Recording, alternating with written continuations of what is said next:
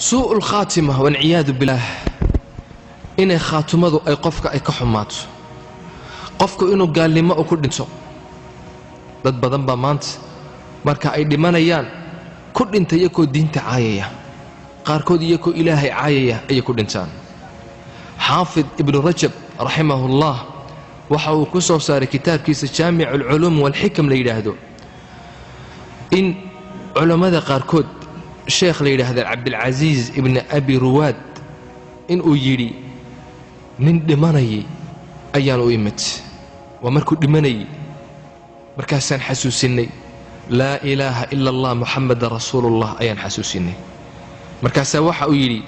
هو كافر بما تقول وكقالوا بإساقو وحن الله ذهي تسكع العلي هو كافر بما تقول وحن الله ذهي لا إله إلا الله وكقالوا بي ساسو كدنت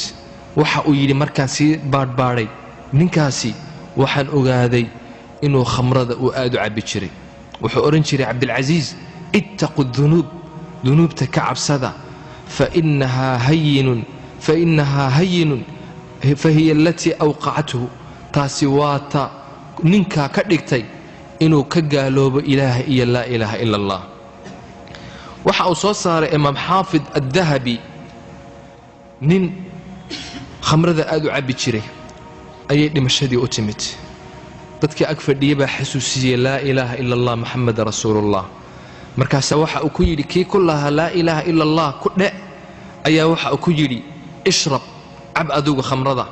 wasqini iwarabi anigana abo anigana iwarabi isagana waa la xasuusinaya waxa lagu leeyahay laa ilaaha illa allah dhe isna waxa uu leeyahay abo khamrada anigana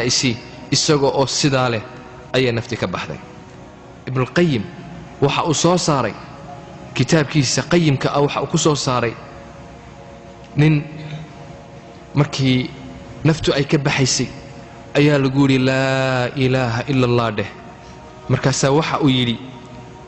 isaga oo heesaya ayaa wuxuu lahaa tan waxa soo akhriyay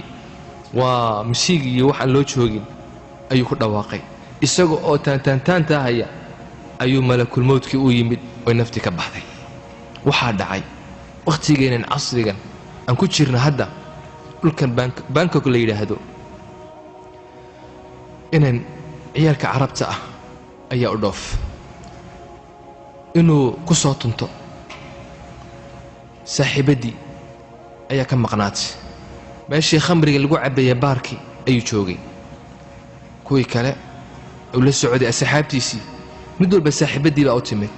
isaga ayay ka habsaantay aad buu murugaysnaa wuu raagsanayay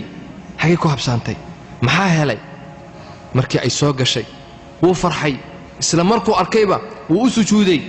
isagoo oo u sujuudsan ayay nafti ka baxday su'ul khaatima saas nafti ka baxday wal ciyaadu billaah ibn qayyim waxa uu sheegay bacdu tujaar qaar ganacsanay oo dharka ibin jiray marada ibin jiray ayaa markay dhimashadii u timid ayaa lagu yiri laa ilaaha illa allah de markaas waxa uu yiri maradan waa rakhiis kiibu ku leeyahay maradan waa rakhiis markaas lagu leeyahay war laa ilaaha illa allah de markaas uu leeyahay maradan aad ba u fiican tahay waa rakhiis wax yar ban kaaga iibinaya saasu ku dhintay isagoo oo laa ilaaha illa allah karilah ayuu dhintay sheekh ali al-qarni la yiraahdo waxa uu ka sheekeeyay inan yar oo sakaraatul mawdki u yimid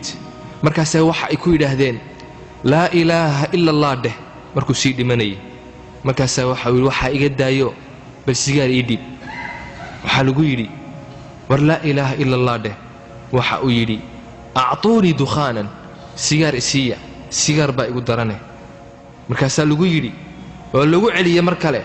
laa ilaaha illa allah dheh waxa uu yiri ana bari'un minha bari baan ka ah ما دوني لا إله إلا الله وكقالوا بلا إله إلا الله أعطوني دخانا سيجار إسية إسقوا السيجار إسية له أي نفتي كبحتي أنا يروك له وقت يجي سكرات الموت كي لما شد أتمت كوي أكفر دي أي واحد يقول هذا لا إله إلا الله محمد رسول الله ده وهاللي هذا الكيسي بمقري وايين way dhegaysteen mar kale ugu celiyeen waxa uu yidhi kitaab qur'aan ii dhiiba way farxeen dadkii kitaab qur'aan ii dhiiba way farxeen dadkii kitaab qur'aana loo keenay dadka oo bishaaraysanaya oo la alxamdulilah ilaahay u waafajiyey kitaabkii qur'aanku kor u qabtay markaasaa waxa uu yidhi ushhidukum annii qad kafartu birabbi hada almusxaf waxaan inii sheegayaa ilaaha kitaabka qur'aanka leh ilaaha inaan ka gaaloobay isagoo oo sidaa leh ayay nafti ka baxday ayuha alikhwatu alkiraam waa xaalad aad u daran wakhtigaas ilaahay wuu ballan qaaday يثبت الله الذين آمنوا بالقول الثابت في الحياة الدنيا وفي الآخرة إلهي كلمة لا إله إلا الله وحو حسوسينيا وحا خاتمة الله هقاتشينيا والله وافتشينيا قفك كسود دالي لا إله إلا الله كسود دالي صوتو كان شري أوامرت إلهي قادن شري حمانت كفوقان شري وقتك إلهي وحسوسينيا قفك كالي ولا إلو سينيا وحي أجعلا ayaa ku soo boodaya waqtigaas asbaabta keenta suu'ul khaatima waxaa ka mida fasaadu اlictiqaad qofka oo caqiidadiisu xumaato ayaa ka mida caqiidadiisa xum ilaahay asmaadiisa ma garanayo ilaahay weynidiisa ma yaqaano ilaahay subxaanahu wa tacaala ma caabudo uma tukado waxaa ka mid tahay asbaabta lagu garto suu'ul khaatima khaatimada qofkaasi inay xumaanayso waxaa ka mida qofka oo adduunka jeclaada oo aakhira u daba jeediya aakhiri iyo waxaan ana daba wadaani maxay tahay war adduunka ka shaqaysanana daaya laguma diidana adduunka ka shaqayso aakhirana u dadaal